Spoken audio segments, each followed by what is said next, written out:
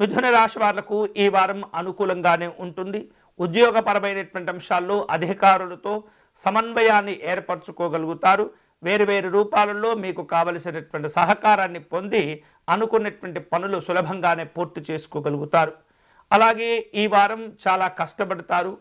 అంది వచ్చినటువంటి అన్ని రకాల అవకాశాలను మీరు సద్వినియోగం చేసుకోగలుగుతారు. సహోద్యోగులతో చక్కని సామరస్యపూర్వకమైనటువంటి సమన్వయకపూర్వకమైనటువంటి విశేషమైనటువంటి పరిస్థితులను కూడా మీకు అనుకూలంగా మార్చుకోగలుగుతారు. వివిధ రూపాల్లో మీ పనితీరు, మీ కష్టము అందరినీ కూడా ఆకట్టుకుంటుంది. ముఖ్యంగా ఉన్నతాధికారులతో ప్రశంసలు అందుకునేటువంటి విధంగా మీరు కష్టపడి పని చేయగలుగుతారు. ఇక స్వతంత్రమైనటువంటి భావాలు, ఆలోచనలు కొంత మేలు చేస్తూ ఉంటాయి. స్వంత ప్రయోజనాల కోసము, స్వంత అభివృద్ధి కోసం ఈ వారం కొన్ని కీలకమైనటువంటి చర్యలు కూడా తీసుకుంటూ ఉంటారు.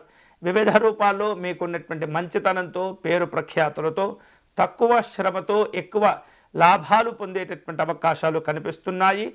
స్నేహితులను, బంధువులను కలుసుకునే సందర్భాలు ఉండబోతున్నాయి.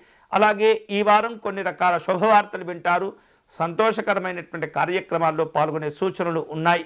విద్యార్థులకు ఈ వారం అనుకూలంగా ఉండబోతుంది. వివిధ రూపాల్లో మీరు చేపట్టినటువంటి పనులకు కూడా మంచి ప్రతిస్పందన కూడా ఎదురవుతూ ఉంటుంది. ఆర్థికంగా చూస్తే ఈ వారం ఇబ్బందులు తొలగిపోతాయి. వివిధ రూపాల్లో గతంలో చేసిన పొరపాట్లను కూడా సరిదిద్దుకునే అవకాశాలు వస్తాయి. గతంలో మీరు కష్టపడిన దానికి ప్రస్తుత కాలంలో ప్రయోజనాలు పొందేటటువంటి అవకాశాలు కూడా ఉండబోతున్నాయి. కాబట్టి చక్కగా ఈ వారాన్ని ఉపయోగించుకొని మీ లక్ష్యాలను చేరుకునేందుకు ఉపయోగించుకోవచ్చు.